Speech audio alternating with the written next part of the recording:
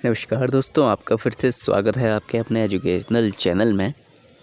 Last week मैंने कुछ pedagogy के क्वेश्चन कराए थे आप लोगों को, तो आप लोगों का फिर से कमेंट आया था कि कुछ और क्वेश्चन आप लोगों को चाहिए जो इम्पोर्टेंट है आपके आने वाले एग्ज़ाम के लिए। तो मैं कुछ और क्वेश्चन लेके आऊँ। हालांकि ये क्वेश्चन हिंदी में ज़रूर है आप लोगों की सहूलियत के लिए, लेकिन हो सकता है एग्ज़ाम में इंग्लिश में भी आए। ठीक है, तो एग्ज़ाम में बायलैंग्वेज होगा या नहीं होगा, ये चीज़ों को आप छोड़ दीजिए। आप लोगों ने फॉर्म भरा है तो जो भी एग्ज़ाम होगा उसको अच्छे से दे के आइए। ठीक है, ऐसा नहीं है कि आपको इंग्लिश बिल्कुल नहीं आती है, अपने आप को कभी ऐसे वो नहीं करना है। ठीक है, आपको अगर इंग्लिश में भी वहाँ पे आता है तो उसमें अच्छे से देखिए, समझिए और आंसर दे के आइएगा। ठीक है, क्योंकि एपीएस में लास्ट ईयर तक तो हमेशा इंग्लिश में ही आता था। इस बार उन्होंने लिखा ज़रूर है नोटिफिकेशन में कि हिंदी मीडियम मतलब बायलिंगुअल जैसा कुछ, तो उसमें थोड़ा कन्फ्यूजन है। आप लोग बताइएगा, आप कुछ ही दिन रह गए हैं, लगभग 1 वीक और 3 डेज़ ना, तो उसका थोड़ा प्रैक्टिस कीजिए आप। तो हम करके सीखते हैं। ठीक है, क्वेश्चन जो है ये था कि मैं आपको इंग्लिश में भी बता देता हूँ, इसको क्या कहेंगे कि वी लर्न बाय डूइंग। ठीक है, मतलब किसने कहा था, जब भी बच्चा अपने लिए कहा था डॉक्टर मैथ्स ने, लेकिन ये मेनली बच्चे से भी रिलेटेड किया जाता है। ठीक है, नेक्स्ट क्वेश्चन है अगला है, एक बालक काली गाय, काला कुत्ता तथा काली वस्तुओं को, ठीक है, जो देखकर डरने लगता है। ठीक है, तो इस प्रकार के अनुबंधन में निहित है। देखिए यहाँ पे उसे क्यों डर लगा होगा। हो सकता है कि उसने पहले काला कुत्ता को ही देखा हो, ठीक है, जो भौंकता है, या उससे उसे डर लग गया हो। तो उसने क्या बनाया, एक प्रकार का उद्दीपक का जो सामान्यीकरण है। ठीक है, सी इसका सही उत्तर है कि उद्दीपक का सामान्यीकरण उसने कर लिया। ठीक है, कि कोई भी स्टिमुली उसे दिखा, ठीक है, तो उसका उसने एसिमुलेशन कर लिया। ठीक है, तो फिर वो जैसे कोई भी काली वस्तु देखता था, जैसे अगर काले कुत्ते से वो डरा तो काली गाय या जो भी काली वस्तुएं हैं, ठीक है, उससे डरने लग गया था उन्हें देख के। तो ये उसने किया था उद्दीपक सामान्यीकरण।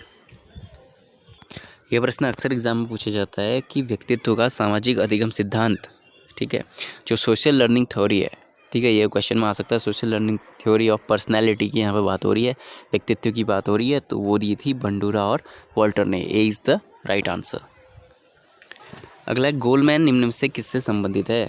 गोलमैन की अगर बात करें, ठीक है, तो उन्होंने संवेगात्मक बुद्धि के बारे में बताया था, यानी कि जो इमोशनल इंटेलिजेंस है। मैं कोशिश कर रहा हूँ कि आप लोगों को अंग्रेज़ी में भी मैं बता सकूँ, तो इमोशनल इंटेलिजेंस की यहाँ पे बात की गई है गोलमैन के द्वारा।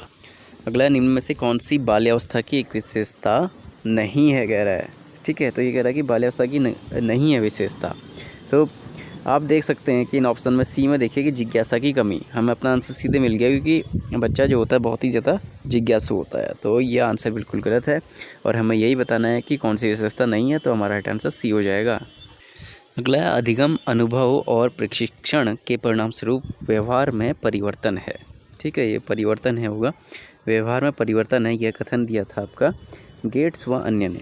ठीक है, विलियम गेट्स का भी इसमें नाम आ सकता है, तो राइट आंसर हो गया ए।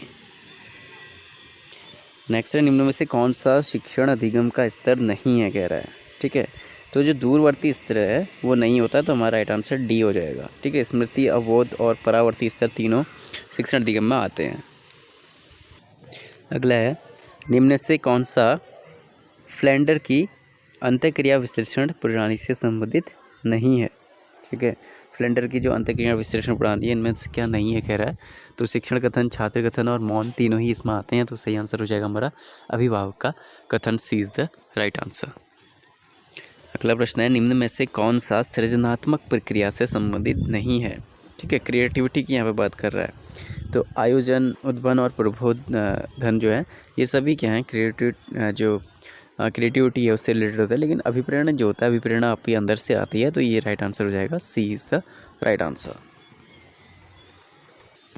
नेक्स्ट है, स्टैनफोर्ड बिना परीक्षण मापन करता है। ये क्वेश्चन इंपॉर्टेंट है, इसको स्टार करके लिख लीजिए दोस्तों कि ये इंपॉर्टेंट है। तो स्टैनफोर्ड जो बिना परीक्षण है वो बुद्धि का है। ठीक है, और बुद्धि से संबंधित बहुत से प्रश्न आते हैं, तो इंटेलिजेंस की थ्योरी अच्छे से पढ़ लीजिएगा। अगला प्रश्न है, विकास के परिणाम स्वरूप नवीन विशेषताएं और नवीन योग्यताएं जो हैं विकसित होती हैं, ठीक है, या प्रकट होती हैं। ये कथन कहा था हरलॉक के द्वारा। ठीक है, किसने कहा था ये कथन। इस तरह के क्वेश्चन भी पूछे जाते हैं, तो जितने ज़्यादा आपको मिल सके उनको ज़रूर कंसिडर कीजिएगा। अगला है पियाजे के अनुसार संज्ञानात्मक विकास की तृतीय अवस्था में से कौन सी है या कौन सा है। मैं आपको ये बता दूं कि पियाजे का टर्म या पियाजे से संबंधित जितनी चीज़ें आप कर सकते हैं अभी रिकॉल उनको कर लीजिए, क्योंकि ये एग्ज़ाम में ज़रूर पूछा जाएगा। 1 या 2 नंबर या 3 नंबर के मार्क्स आपके इसमें से ज़रूर बनेंगे। और इनका जो संज्ञानात्मक विकास का सिद्धांत है मेरी प्लेलिस्ट में भी पड़ा होगा, उसमें आप देख लीजिएगा। सीटेट की जो प्लेलिस्ट है उसमें भी है। तो संज्ञानात्मक विकास के मैंने चारों चरण आपको बहुत ही डिटेल में बताए हुए हैं, तो उनको आप देख सकते हैं। तो इसमें कह रहे हैं तृतीय अवस्था, ठीक है, तृतीय अवस्था क्या होगी। तो तृतीय अवस्था होती है इसकी मूर्त संक्रिय अवस्था, ठीक है। जब कंक्रीट जो है ऑपरेशनल स्टेज जो होती है वो आती है थर्ड में। डिटेल में पढ़ने के लिए आप लोग ज़रूर सीटेट की प्लेलिस्ट में सर्च कीजिएगा। अगला, निम्न में से कौन सा विकास का सिद्धांत नहीं है। तो विकास का सिद्धांत पहला देखें तो यही नहीं है अनुकूलित प्रत्यावर्तन का सिद्धांत, ठीक है। बल्कि अगर विकास देखें तो निरंतर विकास का सिद्धांत भी है, कंटिन्यूटी ऑफ डेवलपमेंट, ठीक है, परस्पर संबंध भी होता है और समान प्रतिमान का सिद्धांत। ये तीनों सिद्धांत विकास से रिलेटेड, लेकिन पहला नहीं है, ठीक है। तो आंसर हमारा ए हो गया। अगला प्रश्न है मूल प्रवृत्तियों को 14 प्रकार से किसने वर्गीकृत किया है, ठीक है। ये क्वेश्चन काफ़ी पूछा जाता है, मैकडुगल ने किया था, बी हमारा सही उत्तर है। तो इससे संबंधित भी बहुत प्रश्न आपको बहुत बार ये क्वेश्चन रिपीट हुआ है, तो हो सकता है, तो इसको भी ध्यान में रखिएगा। अगला, बुद्धि के द्विकारक सिद्धांत का प्रतिपादन किसने किया। तो बुद्धि का द्विकारक सिद्धांत जो दिया था वो दिया था स्पीयरमैन ने। तो हमारा सही उत्तर हो जाएगा बी। नेक्स्ट है ग्रंथियों के आधार पर व्यक्तित्व के विभिन्न प्रकारों की चर्चा किसने की है। यानी कि ग्रंथियों के आधार पर जो व्यक्तित्व उसमें उसके आधार पर किसने बांटा था उसे, ठीक है, व्यक्तित्व को। तो क्रैस्मर जो है हमारा सही उत्तर है, ठीक है। तो राइट आंसर इज क्रैस्मर। और शरीर की आकृति के हिसाब से बांटा था यंग ने, ठीक है। ये भी कभी कभी पूछ लिया जाता है, तो मैं आपको जस्ट बता रहा हूँ, ठीक है। अगला है निम्न में से किनका नाम सूजनन शास्त्र के पिता से जुड़ा हुआ है, यानी कि जिन्हें फादर ऑफ यूजेनिक्स कहा जाता है, ठीक है। सूजनन शास्त्र के पिता ये हैं गाल्टन, ठीक है। गाल्टन इसका सही उत्तर है, B is the right answer. सीखने में प्रयास व भूल के सिद्धांत का प्रतिपादन किसने किया, ठीक है। अगर हम सीखने के प्रयास व भूल के सिद्धांत के प्रतिपादन की बात करें तो वो था trial and error theory of Thorndike, ठीक है। 3 नाम मैं आपको बताऊंगा, थॉर्नडाइक, स्किनर, ठीक है, और ये जो पियाजे, इनमें से क्वेश्चन बनते ही बनते हैं, तो इनको आप अच्छे से तैयार कीजिएगा, ठीक है। कोहलर पेवलोव से संबंधित तो आपको पता है, क्लासिकल कंडीशनिंग की थ्योरी जो दी थी वो पेवलोव ने दी थी, ये भी पूछा था।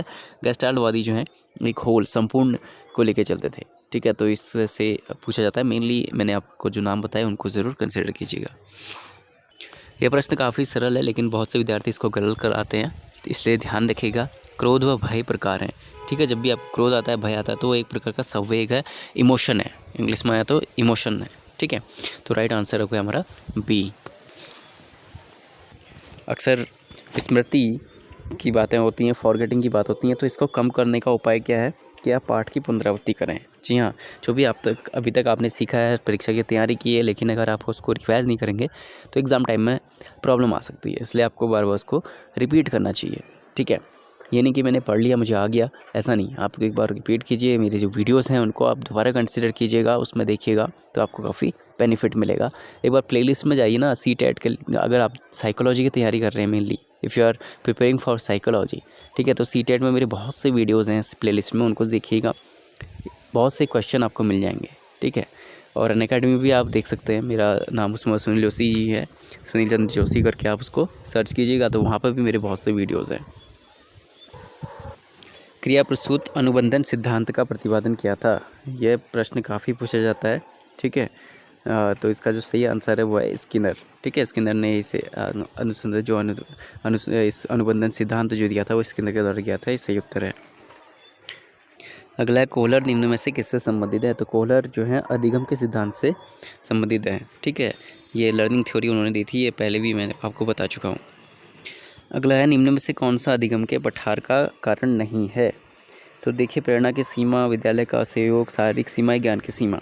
तो विद्यालय का असहयोग जो है वो अधिगम का पठार नहीं हो सकता, ठीक है। अधिगम से रिलेटेड जो परेशानियां बच्चों में नॉर्मल हो सकती हैं, जैसे प्रेरणा की सीमा है, शारीरिक सीमा हो सकती है, ज्ञान की सीमा हो सकती है, तो नेचुरल। लेकिन विद्यालय का असहयोग है तो उसे हम पठार नहीं मानेंगे, ठीक है। विद्यालय का सहयोगी करेगा जहाँ तक है, लेकिन अगर ऐसा हो रहा है तो वो गलत है, इसलिए या ऐसी चीज़ नहीं है जिसे दूर नहीं किया जा सकता। तो राइट आंसर हो गया बी। अगला है अंतर्मुखी व्यक्तित्व एवं बहुमुखी व्यक्तित्व का वर्गीकरण किसने किया है? ठीक है, अंतर्मुखी व्यक्तित्व और बहुमुखी व्यक्तित्व जो है युग ने, ठीक है, या कभी युंग करके YUNG करके इनका नाम है, ठीक है। तो ये क्वेश्चन पर्सनालिटी डेवलपमेंट जो है शरीर के आकार के हिसाब से या अंतर्मुखी और बहुमुखी किसने डिवाइड किया ये पूछा जाता है, तो आपका उत्तर हो गया बी। बुद्धि के तरल क्रिस्टलीय प्रतिमान के प्रतिपादक कौन थे? ठीक है, तरल क्रिस्टलीय प्रतिमान के जो प्रतिपादक थे वो थे कैटल। ठीक है, कम आता है क्वेश्चन लेकिन आ सकता है, इंपॉर्टेंट है, तो आप लोग इसको ज़रूर कंसिडर कीजिएगा। अगला है किसी दूसरी वस्तु की अपेक्षा एक वस्तु पर चेतना का केंद्रीकरण अवधान है, यह कथन है, तो यह कथन था डमविल का। तो कथन संबंधी जितने हो सकते हैं मैं मैक्सिमम इसमें करा रहा हूँ, बाकी आप प्लेलिस्ट में देखिएगा, वहाँ आपको बहुत से मिलेंगे। एक बालक जो साइकिल चलाना जानता है मोटर बाइक चलाना भी सीख रहा है, तो ये उदाहरण होगा। ये क्वेश्चन अक्सर आता है एग्जाम में। तो ये है आपका ऊर्ध्व अधिगम अनंतरण का, ठीक है, इंग्लिश में कहते हैं तो ट्रांसफ़र ऑफ लर्निंग। ठीक है, ट्रांसफ़र ऑफ लर्निंग इसका एग्जाम्पल है, सही उत्तर है बी। नेक्स्ट है संज्ञान किस बुद्धि के सिद्धांत का हिस्सा है? संज्ञान की बात की थी तो ये था गिलफोर्ड का सिद्धांत। ठीक है, जो इनसाइट या सूझ का सिद्धांत कहे तो गिलफोर्ड ने दिया था, गिलफोर्ड का सिद्धांत था संज्ञान। अगला है संज्ञानात्मक संप्राप्ति का न्यूनतम स्तर है, तो संज्ञानात्मक संप्राप्ति का न्यूनतम स्तर है ज्ञान। ठीक है, क्योंकि पहले क्या आता है, ये ब्लूम ने दी थी टैक्सोनॉमी, ये भी आपको पता होगा। तो सबसे पहले नॉलेज आता है, मैं शॉर्ट में लिख नॉलेज, ठीक है, फिर आता है लर्निंग, फिर उससे आगे आ जाते हैं। ठीक है, फिर एप्लीकेशन, सिंथेसिस, ठीक है, इवेल्युएशन, वो लास्ट में आ जाता है। तो इस तरह से आपको जो है उन्होंने जो स्तर दिए थे संज्ञानात्मक संप्राप्ति का, ये न्यूनतम स्तर ज्ञान आ जाएगा। ठीक है, फिर आता है नॉलेज, अंडरस्टैंडिंग, फिर एप्लीकेशन, फिर एनालिसिस, सिंथेसिस, इस तरह से इसमें आते रहता है। अगला, क्रैस्मर ने व्यक्तित्व को निम्न में से किस प्रमुख प्रकार के वर्गीकृत किया था? ठीक है, वर्गीकृत जो है किया है, तो व्यक्तित्व को उन्होंने क्रैस्मर ने जैसे क्रशकाय, दुर्बल, सुडोलकाय, गोलकाय, ठीक है, इन सभी में किया था। तो क्रैस्मर ने जो है शरीर के हिसाब से था, वो युंग ने नहीं, क्रैस्मर ने किया था। सही उत्तर बता रहा हूँ आपको, तो युंग इसका सही उत्तर हो जाएगा। ठीक है, क्रैस्मर इसका सही उत्तर हो जाएगा, क्रैस्मर ने ही शरीर के हिसाब से किया था डिवाइड।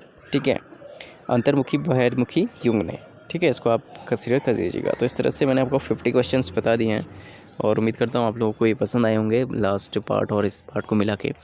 और अगर पहली बार चैनल से जुड़े हैं तो सब्सक्राइब कर लीजिएगा। किसी भी टीचिंग एग्ज़ाम की अगर आप तैयारी करें तो आपके लिए बेहतर होगा। ठीक है, कोई भी क्वेरी हो आप लोगों की और वीडियो अच्छा लगे तो लाइक ज़रूर कीजिएगा। Thank you.